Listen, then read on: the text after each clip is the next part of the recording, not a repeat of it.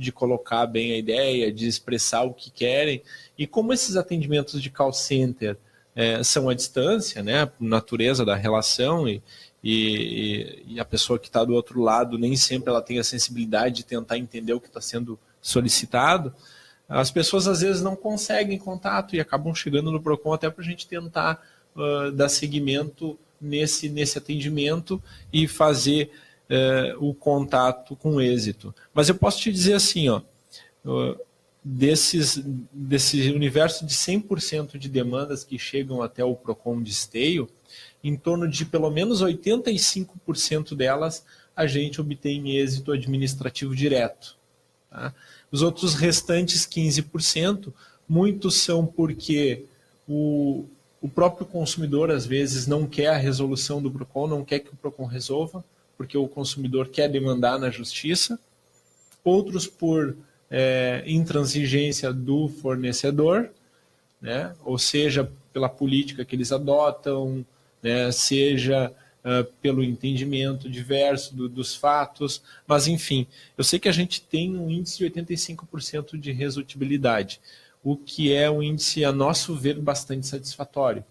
É óbvio que desejaríamos ter 100%, mas o 100%, na minha visão, é utopia. É utopia justamente porque tem coisas que chegam até o PROCON e são difíceis, ou melhor, são sem qualquer possibilidade de resolutibilidade. E aí o judiciário normalmente vai apenas chancelar aquilo que a gente já viu administrativamente, mas às vezes as pessoas não se conformam com o nosso parecer, com a nossa visão, e aí a gente tem o dever de encaminhar a pessoa para ela fazer a continuidade da reclamação dela no Poder Judiciário.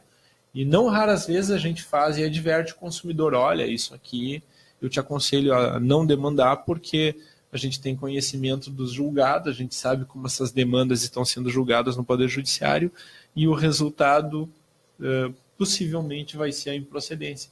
Mas o consumidor, cabe ao consumidor fazer a apresentação da demanda.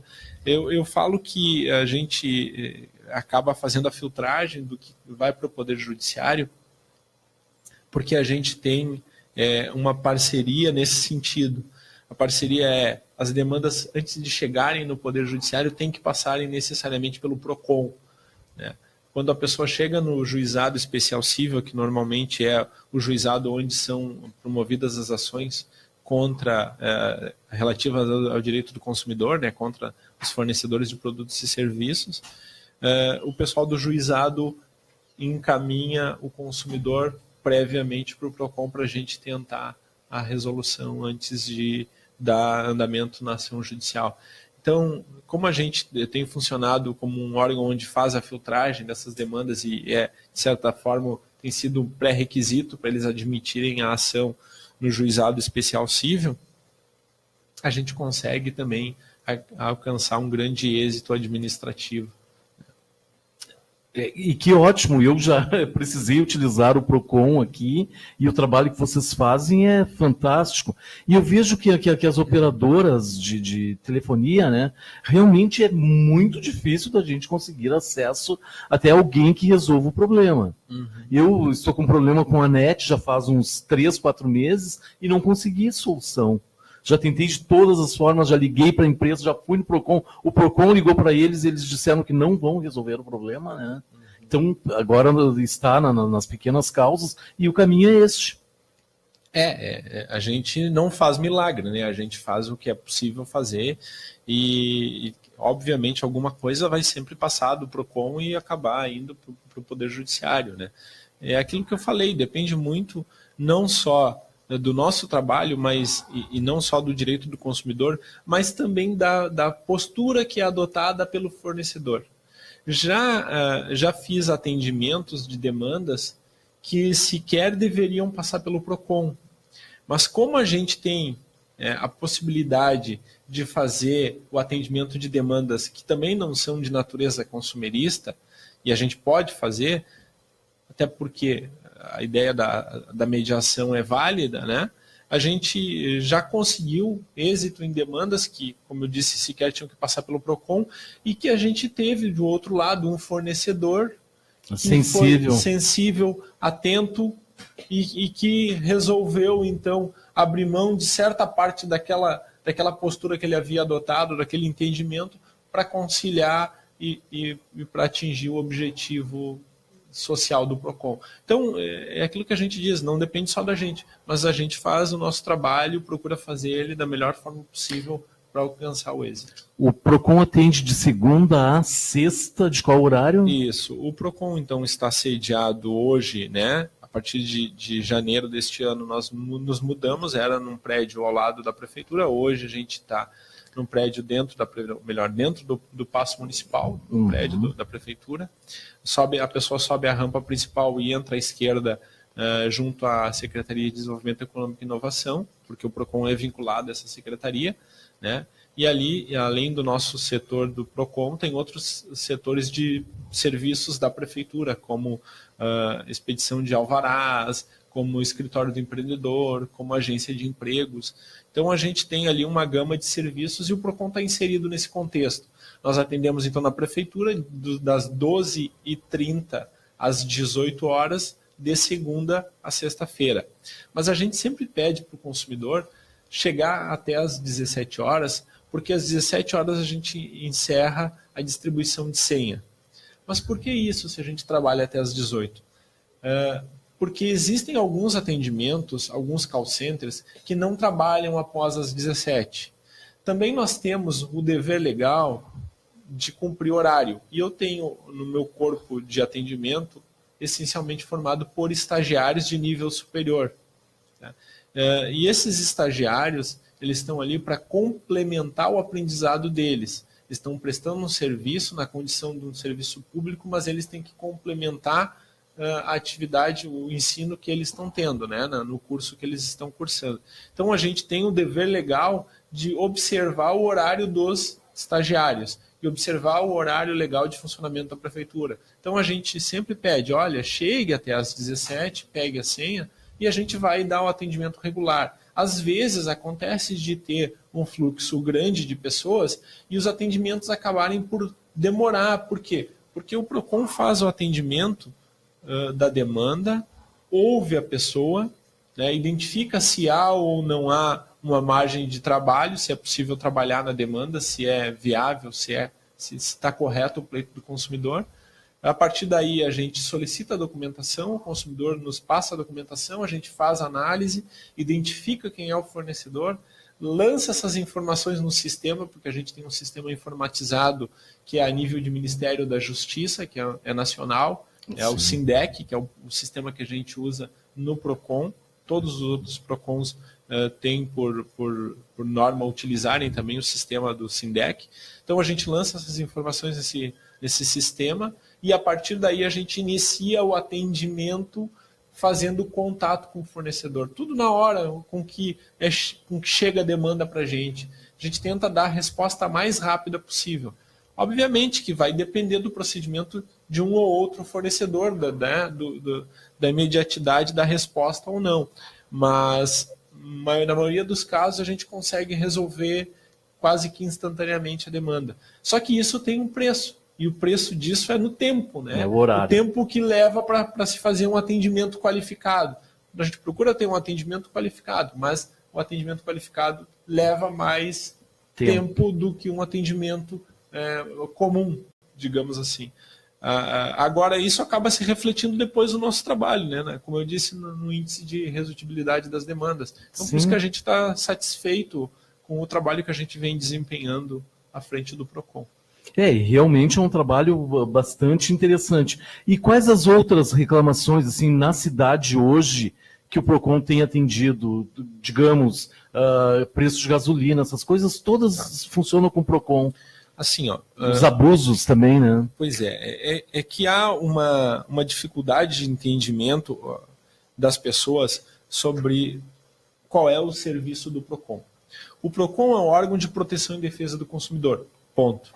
É um órgão que trabalha com base numa legislação, a Lei 8.078 de 90, o nosso famoso Código de Defesa do Consumidor, que foi promulgado lá nos anos 90 e que hoje, de certa forma, pede melhorias, né? Até já deveriam ter sido implantadas melhorias por parte de nossos legisladores. Ainda é um código muito bom, com bastante ferramentas de trabalho, mas ele realmente se encontra defasado. Bom, com base nessa lei, a gente está ali para fazer o atendimento das demandas e coibir as práticas ilegais e ilícitas, as práticas comerciais desleais, né?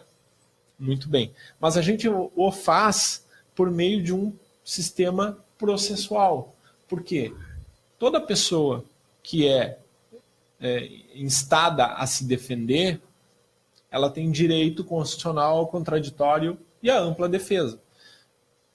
Obviamente que o PROCON observa tudo isso. Então nós temos um procedimento que é, primeiro, quando chega a demanda, se a gente não consegue resolver ou a gente precisa de informações iniciais do fornecedor, a gente manda uma carta de informação preliminar solicitando essas informações e concede prazo para o fornecedor para ele trazer a resposta.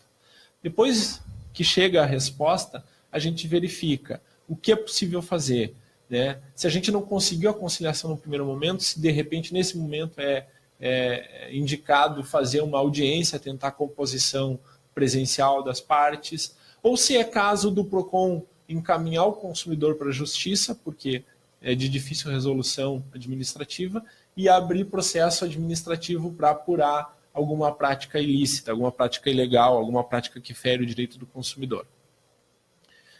Só o que acontece?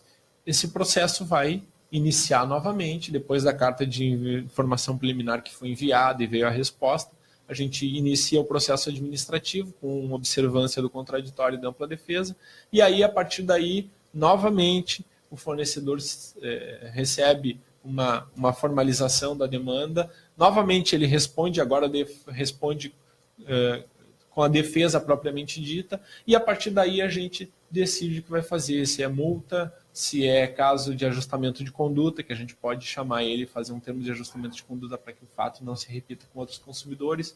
Então, a gente tem um leque bastante grande de situações que a gente pode trabalhar para resolver as demandas. Só que a gente não regula preço. A gente observa, a gente vê se tem um abuso e a gente procura coibir. Mas a gente não tem a possibilidade de regular o preço. O preço é autorregulado pelo mercado, pela oferta e pela procura. É óbvio que, se a gente identificar um abuso, como, por exemplo, acontece muito nesse exemplo que o senhor citou, dos combustíveis, quando o Ministério Público abre investigação e acaba detectando a presença de cartel em determinadas cidades, é feito o processo judicial, é punido os responsáveis, se pune os responsáveis, isso na esfera judicial. Na esfera administrativa, a nossa punição gira em torno da quantificação da multa. A gente multa o fornecedor com base sempre no faturamento dele. Então, geralmente, as multas do PROCON são multas bastante pesadas. E, via de regra, elas não são alteradas judicialmente. Elas não são revistas, os valores não são reformados. Normalmente, os juízos costumam endossar as decisões administrativas. Claro, quando bem feitos os processos, quando observado o contraditório e ampla defesa. Então, o trabalho do PROCON é um trabalho que atua em várias frentes e assim, a gente tem várias formas de atingir o objetivo. Obviamente que quando a gente não atinge, a gente se socorre dos órgãos legais, se socorre do Ministério Público, a gente se socorre das comissões de defesa dos direitos do consumidor, como tem nas assembleias legislativas, nas câmaras municipais, né? A gente se socorre, então, desses órgãos que estão ali para atuar na defesa integrada do consumidor. Ah, que ótimo. Então o PROCON interage com outros órgãos de defesa. Isso. Frente parlamentar, existe alguma frente parlamentar dos direitos? Existe, por exemplo, em Esteio, existe uma comissão parlamentar permanente de proteção e defesa do consumidor, entre outros, né, do trabalhador, do consumidor, enfim. Então, existe sim. O Ministério Público, na maioria das vezes, o maior aliado do PROCON em demandas consumeristas quando a gente identifica alguma ilegalidade, algum abuso, né, por parte do fornecedor. Não raras vezes a gente oficia ao Ministério Público, dando ciência do que chegou até nós, né, para que seja instaurado então um inquérito e que possa se apurar a eventual prática de um crime contra as relações de consumo.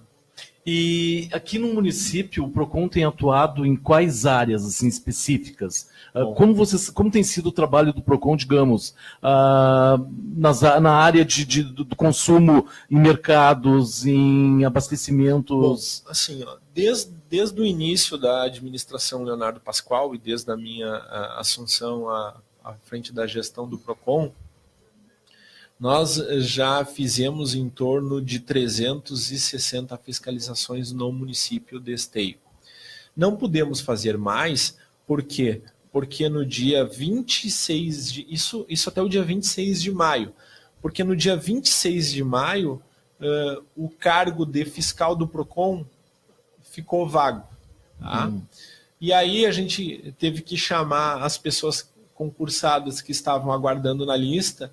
E vem aquela questão da burocracia, e vem a questão da conveniência ou não das pessoas que estão na lista de assumirem a função pública.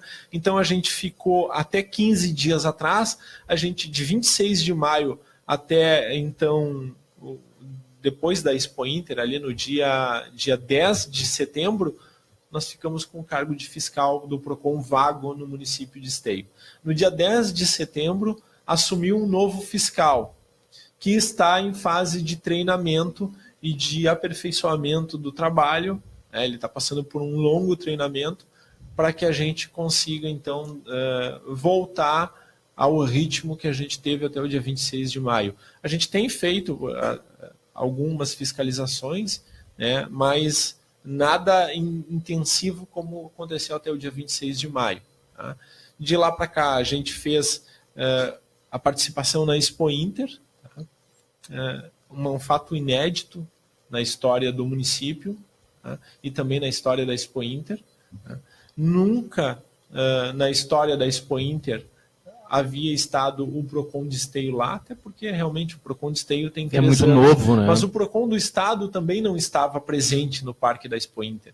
E aí surgiu lá em junho deste ano, em abril ou maio deste ano, durante uma reunião de gestões dos PROCONs estaduais, nós tivemos uma reunião de gestão para a gente decidir como ia atuar, né, de forma modelar entre os PROCONs, né?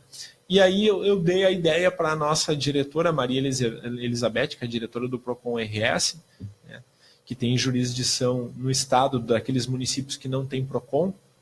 A diretora se mostrou bastante aberta à ideia da gente instalar o PROCON RS dentro do Parque Assis Brasil para fazer o nosso trabalho, e em conjunto com o PROCON de Esteio. Então, o PROCON RS e o PROCON de Esteio formalizaram um termo de cooperação.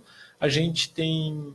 A nossa sede, então, é dentro da Prefeitura Municipal e a gente tem um veículo, mas a gente não tem uma estrutura para um trabalho externo dessa magnitude. Então, o PROCON do Estado nos cedeu, por meio desse termo de cooperação, a unidade móvel, o motorhome do PROCON, para que nós pudéssemos fazer, então, um trabalho lá no Parque Assis Brasil. Eles nos cederam algumas pessoas da equipe deles e nós fizemos uma equipe de trabalho envolvendo o PROCON do Estado, o PROCON Esteio, a Comissão Especial do Jovem Advogado, né, é um órgão dentro da Ordem dos Advogados do Brasil, subseção Esteio, que nos cedeu alguns colegas advogados para trabalharem junto com a gente na unidade móvel durante a Expo Inter, e o nosso termo de cooperação incluiu o nosso Conselho Municipal de Defesa do Consumidor, que é um órgão integrado junto ao PROCON, é um órgão que faz parte do Sistema Municipal de Proteção e Defesa do Consumidor.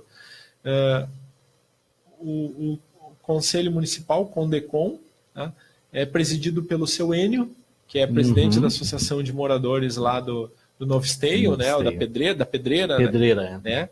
E o seu Enio e alguns outros conselheiros participaram, então, da nossa atividade. Então, a OAB, o PROCON RS, o PROCON Esteio e o Conselho Municipal, nós tivemos participando dessa atividade com 18 pessoas. Uma equipe de 18 pessoas. O que me propiciou, por conta dessa parceria enorme, né, dessa deferência feita por esses órgãos públicos, o que me propiciou manter a minha equipe de trabalho diário, rotineiro, a equipe do PROCON de Esteio. Eu mantive as meninas em atendimento no PROCON de Esteio, eu mantive a minha estrutura, eu não virei as costas para o município. Quer dizer, me voltei para um evento, mas agreguei, não virei, não fechei o PROCON, não deixei de atender. Atendemos durante toda a Expo Inter as pessoas que procuraram o atendimento do PROCON do município de Esteio e atendemos também lá dentro da Expo Inter, atendemos aqueles consumidores do restante do Brasil, do estado, do mundo, porque nós tínhamos pessoas de várias nacionalidades, né, vários países, né, que compõem aquele evento. Então nós atendemos com êxito em torno de 60 pessoas, né, no período de 9 dias. Atendemos demandas relativas ao próprio administração, a questões de administração de situações dentro do parque, né, tipo questões com bilheteria, questões com o comércio interno do parque, e atendemos e orientamos as pessoas para procurarem, as que nos procuraram e que eram de outros lugares do estado e do Brasil, a procurarem o sistema integrado do PROCON em seus municípios. Tá? Também nessa atividade a gente fizemos a visita a fornecedores dentro do parque, orientamos os fornecedores, fizemos atividades instrutivas, educativas, lúdicas, fornecemos sem ônus algum exemplares do Código de Defesa do Consumidor para esses fornecedores, tá? E estivemos presentes no evento como instituição, servindo de vitrine para gestores de municípios onde não tem PROCON e desejam a instauração de um PROCON municipal. Então a gente, além de fazer o nosso serviço, a gente ainda serviu de vitrine do trabalho do PROCON para outros municípios onde não tem, para que a gente pudesse estender, porque é uma política da atual gestão do PROCON do Estado, do atual governador Sartori, política de expansão do sistema de PROCONs nos municípios. Porque eu vou dar um dado que o senhor vai ficar abismado agora e que os nossos ouvintes vão ficar estupefatos. Nós temos 407 municípios, se não me engano, e temos apenas 80 e poucos PROCONs e balcões do consumidor no estado do Rio Grande do Sul. Pouquíssimo, né? É um número muito pequeno em relação, inclusive, a outras unidades, a outros estados da federação. Então a gente precisa expandir esse sistema, a gente precisa expandir a defesa do consumidor, e eu tomei por bem levantar essa bandeira, abraçar essa bandeira e trazer aqui, integrar o PROCON de Esteio na luta, na defesa do consumidor, também dos rincões mais longínquos do nosso estado. E, tipo assim, hoje, se eu quero fazer uma reclamação no PROCON, eu tenho que ir até o balcão. Eu não tenho via internet, o acesso... A princípio, como eu lhe disse, nós temos apenas 3 anos de atividade no município. Sim. Então nós estamos, na linguagem de uma mamãe, nós estamos gatinhando recém. Sim, mas eu digo a nível estadual, não tem nada ainda que assegure Pois esse quadro que eu quero lhe mostrar. Esteio começando há 3 anos, né? Iniciando um trabalho.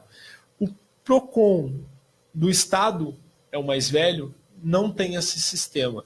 E o PROCON de Porto Alegre, que é um PROCON relativamente mais jovem do que o PROCON do estado e muito mais estruturado que o PROCON de Esteio, tem um aplicativo através do qual os moradores de Porto Alegre e das cidades que estão sob a jurisdição do PROCON Porto Alegre podem utilizar. Eu tive lá no mês de junho, no PROCON Porto Alegre, em conversa com a diretora Sofia Martini, que é a diretora do PROCON de Porto Alegre, e fiz uma solicitação para ela, na condição de administrador de um PROCON muito jovem, né, e que precisa de ajuda, aí, porque a gente está integrando os PROCONs e se ajudando, né, promovendo uma ajuda mútua, eu fiz uma solicitação verbal para a nossa diretora, lá para a então atual diretora Sofia Martini, para que ela verificasse a possibilidade, a viabilidade da gente conseguir que esse aplicativo utilizado pelo PROCON Porto Alegre, desenvolvido pela Procempa, que é a empresa de processamento de dados municipal, que eles nos cedessem esse aplicativo para que nós pudéssemos trabalhar também. Pô, que maravilha isso. Estou aguardando, né, os desdobramentos administrativos. A gente sabe que isso envolve direito autoral, né, de uma empresa pública, envolve questões muito complexas, mas a gente fez esse pleito já para o PROCON de Porto Alegre. E estamos aguardando.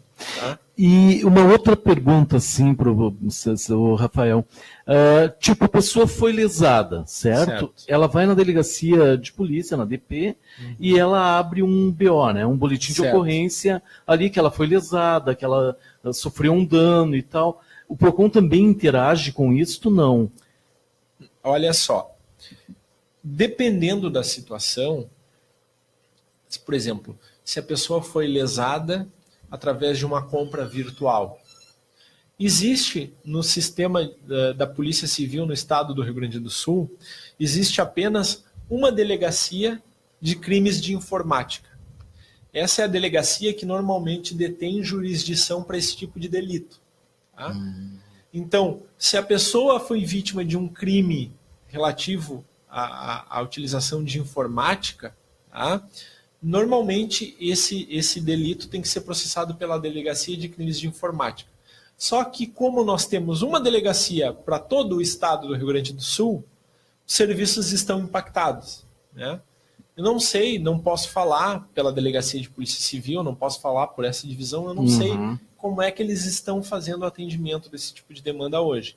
Mas eu tenho instruído os consumidores que são lesados por meio de crimes de informática a procurar a Delegacia de Polícia Civil, fazer o registro e tentar obter informação sobre o que vai acontecer com aquela ocorrência. E procurar se informar e ir regularmente até a Delegacia de Polícia Civil para saber dos desdobramentos da investigação. Tá? Mas eu tenho visto na prática muita dificuldade desse serviço. Tá? Muita dificuldade, a gente indica o consumidor, diz, olha, o senhor vai até a delegacia, faz a ocorrência, leva print das telas que o senhor fez, se o senhor fez, leva o boleto de pagamento da mercadoria que o senhor comprou, deixa o registro lá, faz o registro e tenta acompanhar para ver o que vai acontecer. E, paralelamente a isso, o senhor vai trazer o registro, eu vou fazer o registro no PROCON e posso fazer o encaminhamento, dependendo do estado, do andamento do inquérito, né, criminal, posso encaminhar para a Polícia Civil, para a Justiça, para o senhor dar andamento, então, e exigir a reparação a quem de direito, né? Mas, infelizmente, é bem dificultoso essa relação. Né? Não por conta da polícia, uma vontade, mas por conta da atual situação, da estrutura da polícia hoje, deficitária, né? De uma delegacia para crimes de informática em todo o estado do Rio Grande do Sul, o que me leva a pensar que daqui a pouco eles têm que estar dividindo o trabalho com as delegacias locais, e as delegacias já estão assoberbadas de serviço. Então, a questão é bem complexa, não é muito fácil não de resolver. E com a justiça, como é que funciona? Vocês têm alguma... Vocês recebem, tipo assim, eu entro com uma ação, eu fui no PROCON, registrei a ocorrência... Feedback. O senhor quer saber do feedback. Isso, o retorno. Olha, normalmente, eu instruo os consumidores a nos dar o feedback. Tá? Não tem vindo do Poder Judiciário, tá? Porque o processo diz respeito às partes. Né? Sim. E quando o PROCON faz o trabalho dele, ele exaure a participação naquela situação. Óbvio que o retorno daquela demanda é importante para a gente pontuar e para a gente saber o caminho que vai adotar no dia a dia, próximos, né? E como a gente vai orientar o consumidor. Então, com base nisso, eu tenho recebido feedback dos consumidores. Tá? Agora, nada impede a direção do PROCON e não tem me impedido, eu tenho feito na condição de diretor e de advogado, porque eu sou jurídico e diretor, da gente fazer normalmente a nossa pesquisa, observar, né, fazer a consulta aos julgados, saber como as demandas têm sido processadas no judiciário. E a gente tem feito. Então, quando o consumidor vem com uma demanda e a gente sabe que ela é frágil, é temerária e que daqui a pouco não vai ter resolução como esperado no Poder Judiciário, ele não vai conseguir êxito, a gente instrui ele com base nos julgados que a gente tem, né? Como a gente sabe que a justiça vem decidindo. Até porque daí a pessoa também não fica tão frustrada, né? Eu fui no PROCON, entrei, fui na justiça, entrei e não... É porque eles vão dizer, entrei com a causa, né? Entrei e não fui vitorioso e aí o PROCON me enrolou. Porque é o que vão dizer, né? Acontece. Então, por isso que eu lhe perguntei sobre esse retorno, se é dado esse retorno, para saber com quantos casos realmente saem vencedores, né? Olha, eu posso lhe dizer assim, que eu não tenho um índice a respeito do resultado prático dos processos. Isso eu não tenho para lhe dar. Mas eu posso lhe garantir que aqueles casos que a gente encaminha para o judiciário, com base no conhecimento que a gente tem, 80% deles o consumidor deve ter êxito na demanda. Tá? 20% fica por conta de quê? Fica por conta daquelas pessoas que não querem resolver no PROCON, ou aquelas que não têm direito, mas insistem que querem litigar. E aí, apesar da nossa advertência dizendo que ela não tem direito e que a decisão judicial possivelmente será no mesmo sentido, elas acabam por litigar e aí a gente já imagina que o destino está dentro desses 20%. Né? Diretor, eu tenho uma pergunta aqui que eu trouxe pronta dos meus vizinhos e que se eu não fizer essa pergunta, depois eu vou ser questionado por que não. Quanto à empresa de energia elétrica, certo. O porquê que está acontecendo os cortes em tão pouco tempo depois de vencida? Muito bem. Olha só. O consumidor normalmente chega no PROCON dizendo o seguinte: mas cortaram meu fornecimento de energia, mas eu estou atrasado só há 15 dias, e eu estou atrasado há 30 dias, eu só atrasei uma conta. Na verdade, independe se a conta está atrasada 1 dia ou 30 dias. Tá? A exigência legal é de que a companhia notifique o consumidor do atraso. Tá?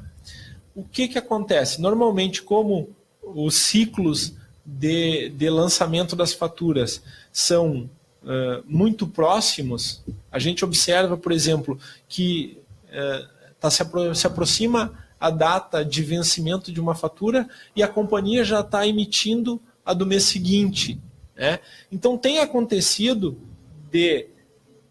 que quando acontece isso, a fatura quando vem, ela já vem com aviso ali, olha, o senhor se encontra com o valor, né, relativo ao gasto da energia atrasado. Há uma notificação formal naquela conta posterior.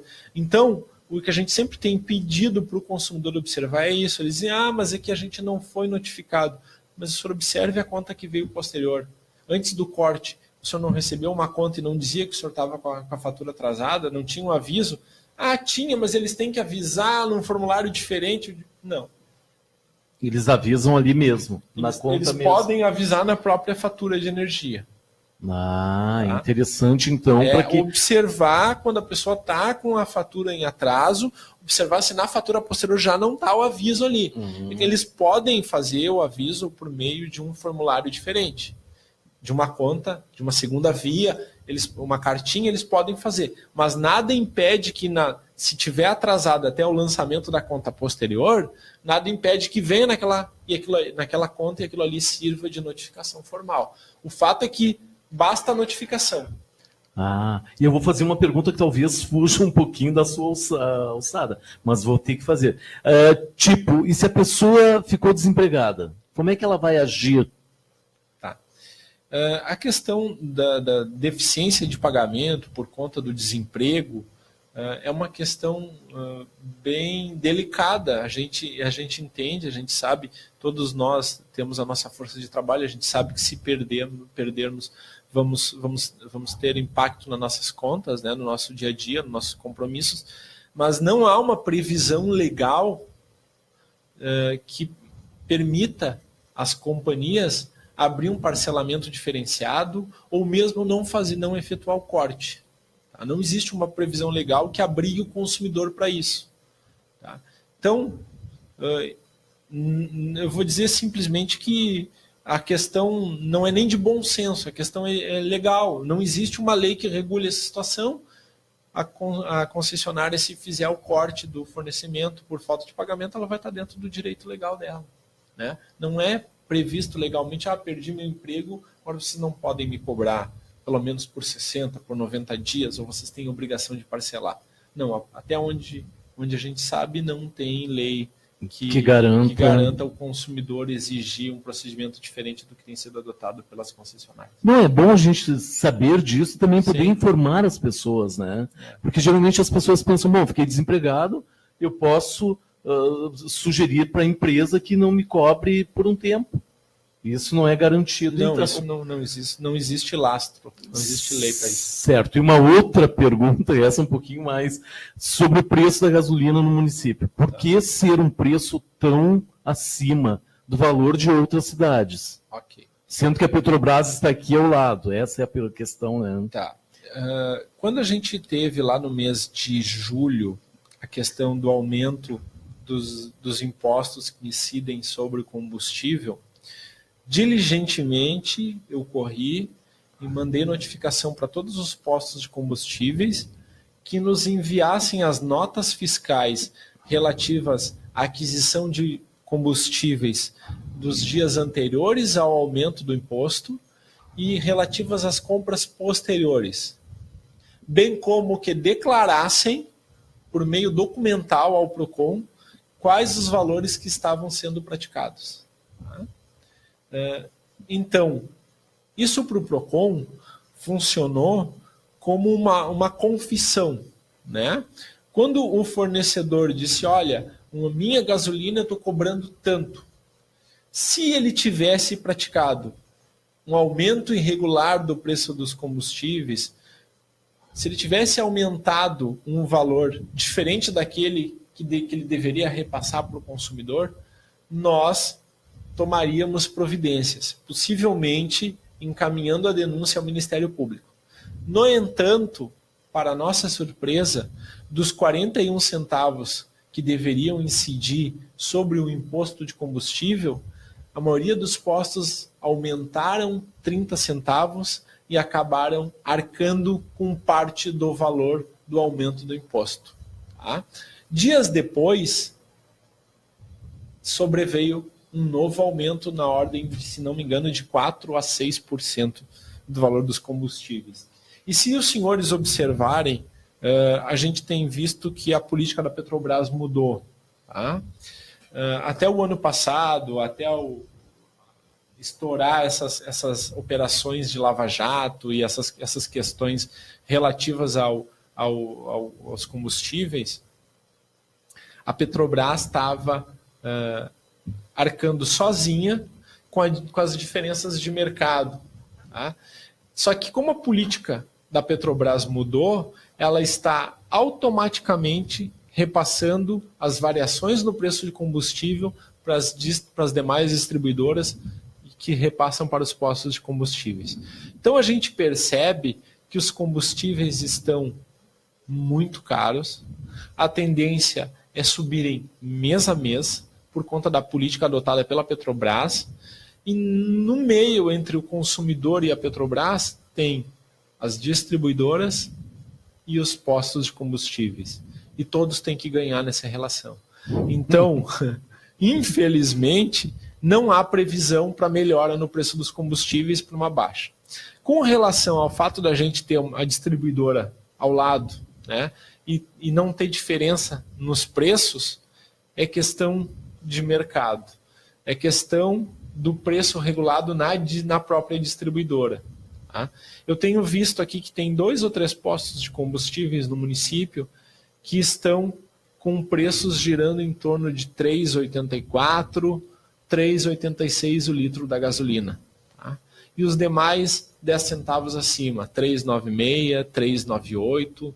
Tem posto de combustível dentro do município que já está em R$ 4,10, se não me engano, e tem posto de combustível à margem de BR aplicando o preço de R$ 4,05. Tá? Para o PROCON, apesar de a gente verificar que tem discrepância de preços, né, a gente não identifica visivelmente a formação de qualquer cartel. Não tem um cartel. Hoje, a gente, pela análise de preços no município, a gente não pode dizer que há um cartel, porque não há combinação. Se houvesse combinação, todos teriam o mesmo preço, 1 centavo, 2 centavos diferenciado. Mas a gente chega a ter postos com variação de 3,84 até 4,10. Então é uma margem muito significativa para que a gente possa interpretar como uma caracterização de cartel e denunciar qualquer distribuidor ou qualquer posto de combustível para o Ministério Público. Por enquanto a gente está analisando, né? Analisando o mercado, analisando a nova política, a nova postura da Petrobras, para ver o que vai acontecer. Mas, por enquanto, a gente só tem uma saída, pagar e aguardar para ver como que fica essa questão. E quem gerencia essa qualidade na gasolina? A qualidade da gasolina ela é fiscalizada pela ANP, que é a Agência Nacional de Petróleo. Tá? A ANP é que faz, por excelência, esse tipo de verificação.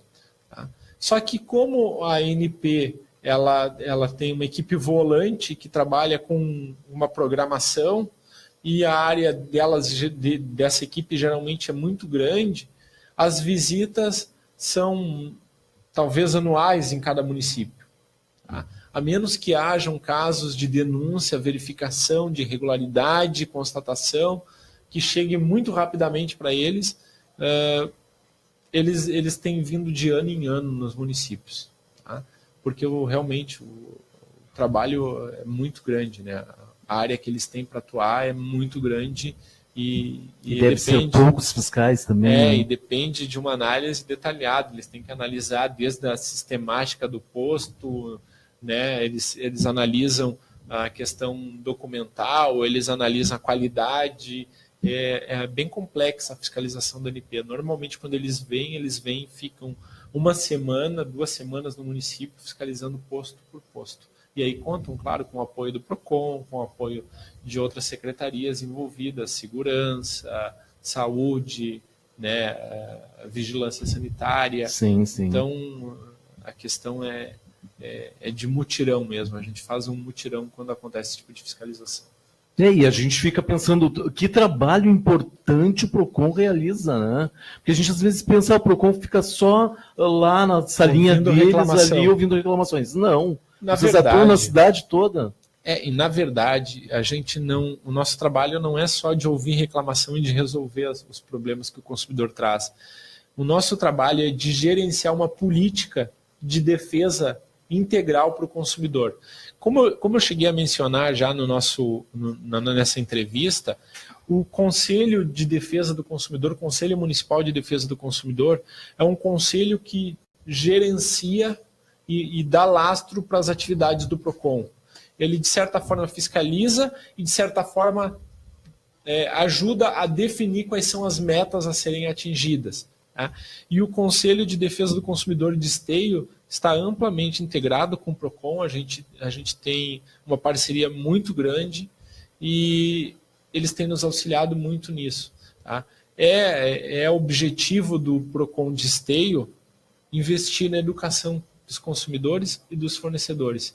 E a gente deve planejar algumas atividades com relação a isso nos próximos meses. Então a gente deve ter um calendário positivo aí, mas logo que a gente tenha, nós vamos passar para a imprensa fazer a divulgação desse calendário. Que ótimo. O Jones Beneman assistindo, boa tarde. Eu estou sem o meu celular, tinha várias perguntas ali, mas acabou que ele descarregou e eu não consegui colocar. Tem uma pergunta aqui, tem uma loja que liga para a minha casa, atrás de um senhor, já avisei que não o conheço e eles me falam para desconsiderar a ligação. Só que no mesmo dia me ligam de novo. O que devo fazer? Bom, ele tem duas alternativas. A primeira alternativa é entrar no site do Procon RS, tá? E dentro do site do Procon do Estado existe um link, se não me engano, à direita da página, tá? Para que ele faça o bloqueio de telemarketing. Tá? Essa é a primeira ferramenta hábil para tentar parar com esse tipo de situação. Tá? Vai entrar no site do Procon RS, vai procurar o bloqueio de telemarketing, vai fazer o bloqueio e vai aguardar 30 dias para que esse bloqueio seja efetivado. O prazo é de 30 dias para ele ser implementado. É Procon RS? É botar no Google. Procon RS, vai aparecer o site do Procon. Tá? É o primeiro resultado da lista. Tá? É proconrs.gov.br, alguma coisa assim. Uma coisa assim, tá? Isso. E a segunda alternativa é ele procurar o Procon e a gente vai tecer, então, uma reclamação formal contra esta empresa e solicitar a exclusão desse telefone do banco de dados dela. Tá? Ambas as alternativas, né, dependem do impulso do consumidor. Ou ele tenta através do Procon RS no site, né, a partir de casa, ou ele tenta indo presencialmente até o Procon e fazendo a reclamação e a gente tentando resolver ela. Diretor, nós estamos chegando ao fim do nosso programa. Eu quero dizer que foi um prazer recebê-lo aqui e vi da sua seriedade desde o primeiro momento que eu procurei lá na secretaria. Saiu já uma matéria no nosso Jornal Destaque sobre o Procon, e quero dizer que tanto o jornal quanto os nossos programas de rádio e TV aqui estão à disposição de vocês, porque é um trabalho de extrema importância, e eu gostaria que o senhor deixasse as suas palavras finais. Então, eu gostaria de agradecer o convite da rádio. Gostaria de agradecer aos ouvintes que despendiaram parte de seu tempo para escutar essa programação, escutar essa entrevista e me colocar à disposição, colocar o Procon à disposição do consumidor, pedir para que, se forem fazer, e aí é orientação, se forem fazer alguma compra online, procurem fazer um print do passo a passo dessa compra, para quando e se tiverem problema, ter caminho, ter documentos, ter rastro para que a gente possa ter os maiores meios possíveis de resolver a demanda. A gente pede aos consumidores que sempre receberam mercadorias compradas pela internet, a gente esclarece, compradas pela internet, mercadorias compradas em catálogo, você tem o prazo de 7 dias para desistir do negócio. No entanto, se você comprou presencialmente num estabelecimento comercial, você não tem o prazo de 7 dias para desistência do negócio. Isso a gente vê que é uma questão que tem gerado bastante confusão para o consumidor e que normalmente a gente tem esclarecido, dito, olha, você comprou presencialmente na loja, você não pode desistir em 7 dias. Não tem essa previsão legal. A previsão legal é para quem comprou à distância, é para quem comprou virtualmente. Né? A questão que a gente estava conversando a respeito das concessionárias, do aviso de corte, tem que ter, mas ele pode vir na fatura seguinte e a pessoa não se observar. Então observem isso, para não ter problema, para não sofrer o corte. Eu tenho visto situações, por exemplo, que a pessoa sofre o corte numa quinta-feira, numa sexta-feira, e a companhia só volta a fazer o ligamento do serviço, religação, na segunda-feira. Isso é um grande prejuízo para o consumidor. Né? A gente entende que há uma certa morosidade e que a companhia, dado o volume de serviço e o tamanho do mercado, deveria ter mais equipes na rua. Mas nem sempre é possível, o consumidor acaba ficando à mercê das concessionárias. Quanto à questão da energia elétrica também, não se assustem os consumidores que sofrerem corte, tá? Aqueles que costumam sofrer interrupção do serviço por corte várias vezes durante o ano, não se assustem se a companhia telefônica, ou melhor, desculpa, se a companhia de energia elétrica fazer a instalação no sistema de vocês, lá no poste, lá na rua, de um equipamento eletrônico. Esse equipamento eletrônico é a modernidade que está chegando para a companhia de energia. É um equipamento que permite o corte remoto da sua unidade de consumo. Então, observem isso, né? Daqui uns dias, a companhia não vai precisar nem chegar na sua casa para fazer o corte. Ela vai estacionar a viatura na frente e vai direcionar o sistema dela para o modem, para esse aparelho que eles têm na rede elétrica, e vai fazer o desligamento remoto da sua energia. O senhor só vai ficar sabendo quando chegar em casa às 6 horas da tarde, às 7 horas da tarde. Né? Então, observem essas questões. Outra coisa, consumidor idoso. A gente tem tido bastante problema na questão relativa às financeiras. Tá? Por favor, eu lhes peço, observem os juros que estão sendo contratados, negociem os juros, tentem uma negociação para depois não acontecer de sofrerem um impacto financeiro muito forte que vocês não vão poder arcar, um compromisso financeiro que vocês não vão poder arcar mensalmente.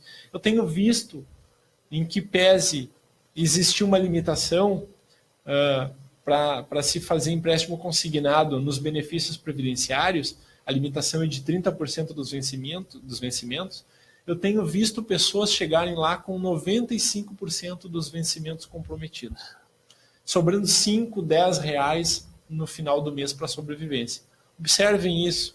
Não emprestem o nome, não peçam dinheiro emprestado em financeira para ajudar parente. Por quê? Porque vocês são a parte mais frágil nessa relação. Se o parente não pagar, o nome de vocês que vai ficar sujo e vocês vão sofrer o corte direto lá no seu salário, lá no benefício previdenciário.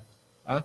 Outra coisa, a gente tem visto que acontece às vezes de um aposentado receber o benefício por determinado banco, aí vai numa financeira e faz o empréstimo e informa na financeira que recebe naquele banco.